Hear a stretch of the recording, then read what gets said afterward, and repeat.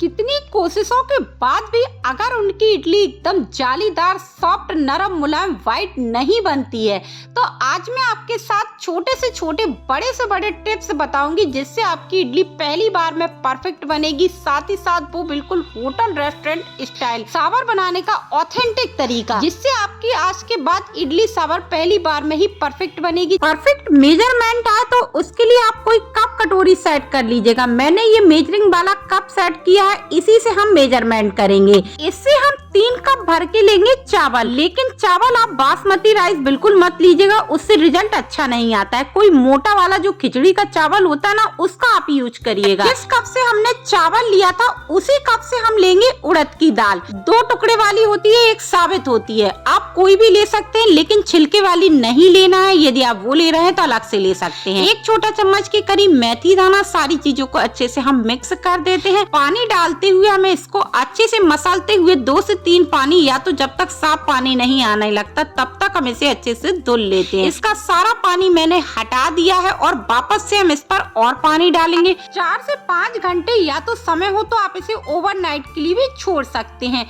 मैंने इसको ओवरनाइट छोड़ा था। नेक्स्ट मॉर्निंग एक और बोल लिया है, इस पर हम आधा छोटा कप के करीब पोहा लेंगे। पोहा को मैंने अच्छे से साफ कर लिया है। ये वही पोहा है जिससे हम रेगुलर नाश्ता बनाते हैं। पानी डालते हुए हमें पोहा को अच्छे से धो लेना है। सारा पानी मैंने इसका हटा दिया है, बिल्कुल भी पोहा पर पानी नहीं है। तब तक जो दाल चावल है ना, बहुत ही अच्छे से सोख हो गए हैं और मैं आपको दिखाऊं कि ये जो दाल चावल है फूल के कितने ज्यादा डबल हो चुके हैं। नाखून से कट कर रहे हैं तो बिल्कुल आसानी से कट हो रहे हैं। ऐसे ही दाल चावल हमारे सोख होने चाहिए।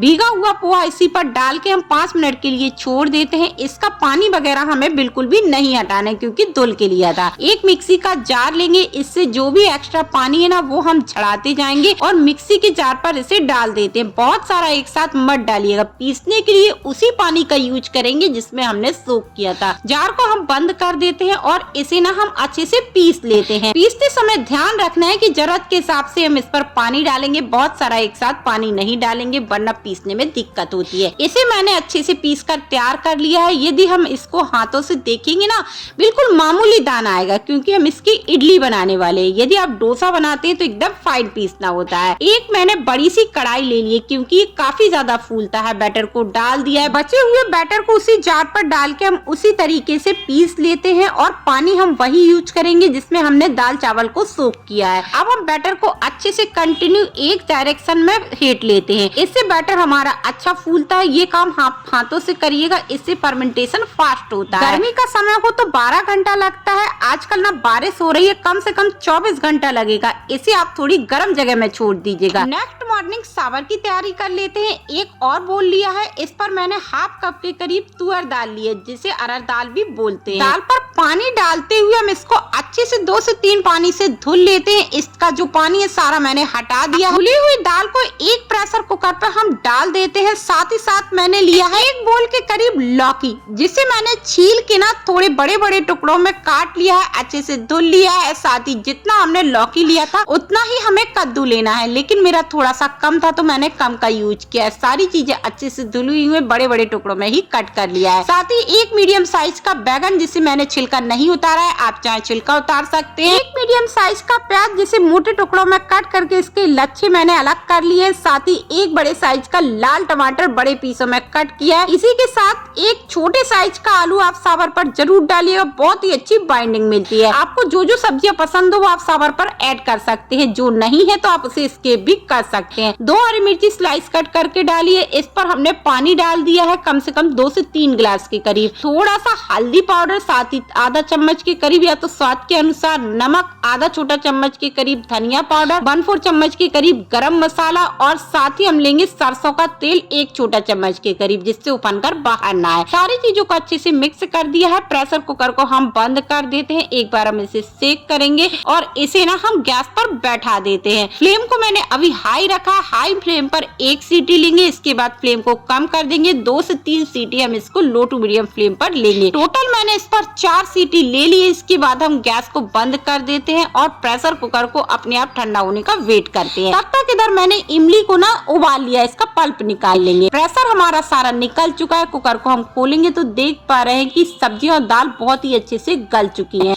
हमें इसे गलाना नहीं, ओवर कुक करना होता है। सांभर की जो चम्स होते हैं ना सब्जियों के, वो खड़े खड़े नहीं होते, तो इसीलिए आप थोड़ा सा मैश कर लीजिए। मैंने एकदम पेस्ट नहीं बनाया, थोड़े से चम्स खाने में अच्छे लगते हैं। इस पर गरम करके मैंने 1 से 2 गिलास के करीब और पानी डाल दिया है, क्योंकि जो सांभर होता है ना थोड़ा सा पतला होता है और ये बाद में थोड़ा सा थिक और हो जाता है। इसे मैंने साइड पे रख दिया है। गैस पर मैंने एक बड़े साइज की कढ़ाई चढ़ाई है। इस पर 2 बड़ा चम्मच के करीब मैंने सरसों का ऑयल डाला है। ऑयल को गर्म होने के लिए छोड़ दिया था। इसके बाद तड़के के लिए मैंने लिया है 2 से 3 सूखी लाल मिर्ची, आधा चम्मच मेथी दाना, 1 चम्मच सरसों के दाने, 1 चम्मच चना दाल, 1 चम्मच उड़द दाल, 1 छोटा चम्मच जीरा, 1/4 चम्मच के करीब हींग और 10 से 12 करी पत्ता। सारी चीजों को तड़काने के बाद मैंने एक मीडियम साइज का प्याज जिसे एकदम बारीक चॉप कर लिया है, साथ ही 7 से 8 कलियां लहसुन की से भी बारीक चॉप कर लिया है, 2 हरी मिर्ची, 1 इंच अदरक के टुकड़े को ग्रेट कर लिया है। थोड़ा सा हींग लास्ट में डालते हैं, इससे ना फ्लेवर बहुत ही अच्छा आता है। सारी चीजों को हमें लाइट गोल्डन होने तक फ्राई करना है। इससे ज्यादा प्याज को नहीं भूनेंगे। अच्छे कलर के लिए मैंने आधा छोटा चम्मच काश्मीरी मिर्च इस स्टेज पर डालते हैं, कलर बहुत अच्छा आता है। 1 से 1.5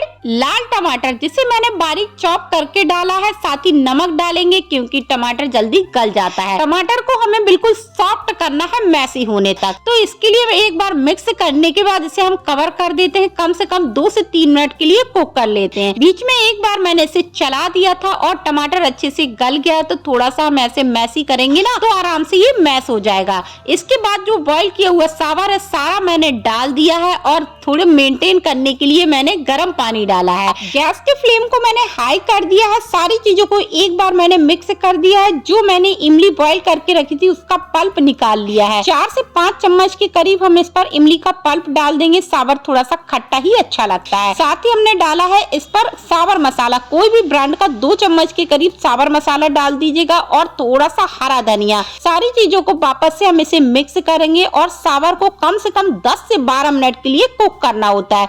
जब अच्छा खासा बॉयल आ जाए तो तीखेपन के लिए मैंने 1 छोटा चम्मच के करीब लाल मिर्च पाउडर और डाला। यदि आप तीखा पसंद नहीं करते तो स्किप कर सकते हैं। अब इसे कवर कर देंगे, कम से कम 10 मिनट के लिए कुक करेंगे, लेकिन बीच में मैंने एक बार इसे चला दिया था। जब सांभर अच्छे से कुक हो जाता है, जो भी हमने इस पर ऑयल डाला है ऊपर आ जाता है। वैसे तो ये सांभर हमारा ऑलमोस्ट रेडी हो गया है, लेकिन इस पर एक स्पेशल तड़का लगाएंगे जिससे सांभर का टेस्ट ना कई गुना बढ़ जाता है। जिसके लिए मैंने सरसों के ऑयल को अच्छा गर्म कर लिया है। 1 चम्मच सरसों के दाने, थोड़ी सी सूखी लाल मिर्च और करी पत्ता डाल के गरम गरम इस तड़के को सांभर पर डाल देते हैं। यकीन मानिए इस एक तड़के से सांभर का जो टेस्ट है नेक्स्ट लेवल पर चला जाता है। गैस को मैंने बंद कर दिया, थोड़ा सा हरे धनिये के साथ इसे डेकोरेट कर दिया है। सांभर को आप इडली, डोसा, उत्तपम, बड़ा किसी के साथ भी एंजॉय कर सकते हैं। गर्मा गर्म आप ऐसे राइस के साथ खाएंगे तो भी मजा आएगा। इडली बनाने के लिए मैंने जो इडली मेकर होता है ना वो गैस पे चढ़ा दिया है। इस पर मैंने 1 से 1.5 गिलास के करीब पानी डाला है। ये नीचे काला हो जाता है ना, थोड़ा सा नींबू डाल दीजिए, काला बिल्कुल नहीं होता है। इसे हम कवर करके उबलने के लिए छोड़ देते हैं। करीब मुझे 16 से 17 घंटे लगे हैं और आप देख पा रहे हैं कि जो इडली का बैटर है ना बहुत ही अच्छे से फर्मेंट हो गया है। देखने से आपको पता ही चल रहा होगा कि कितना ये था और कितना ये फूलकर हो गया है। जब आप इसे उठाएंगे ना तो बिल्कुल नरम मुलायम, बिल्कुल रुई जैसा आपको फील होगा, जैसे कि मक्खन होता है उससे भी ज्यादा सॉफ्ट है। फर्मेंट ना हो तो एक बार मैंने बैटर को मिक्स कर दिया है।